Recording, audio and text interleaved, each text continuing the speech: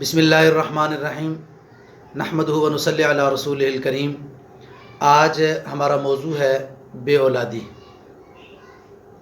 کہ بعض دوست جو ہے ان کی عرصہ دراز سے شادیاں ہو چکی ہیں لیکن اولاد نہیں ہو رہی، تو اس کے لیے آپ ہمارا بہترین یہ عمل اس کو آپ استعمال کریں، انشاءاللہ اس سے بہترین آپ کو نتیجہ اور رزلٹ ملے گا۔ عمل بہت آسان ہے۔ قرآن مجید کے 30ویں پارے کی ایک سورت ہے، مبارک سورت، اس کا نام ہے سورہ کوثر۔ عشاء کی نماز پڑھ کے کوشش کریں کہ جماعت کے ساتھ نماز پڑھیں، فرض پڑھے، اس کے بعد 2 سنتیں پڑھیں، وطروں سے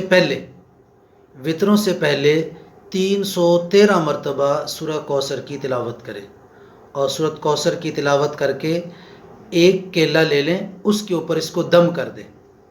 اب وہ کیلا اپنا آدھا خود استعمال کریں اور آدھا کیلا اپنی اہلیہ کو، اپنے گھر والوں کو کھلا دیں۔ اگر مرد یہ عمل کرے تو آدھا وہ خود کھائے، آدھا اپنی بیوی کو کھلائے۔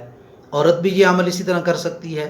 اگر عورت یہ عمل کرے گی تو وہ آدھا کیلا خود کھائے، آدھا اپنے شوہر کو کھلائے۔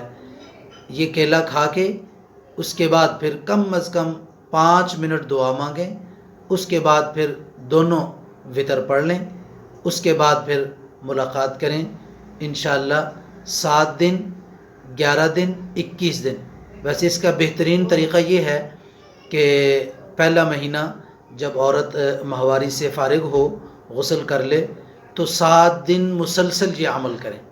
اس کے بعد دوسرے مہینے جب ایام سے فارغ ہوں تو پھر 7 دن مسلسل یہ عمل کریں۔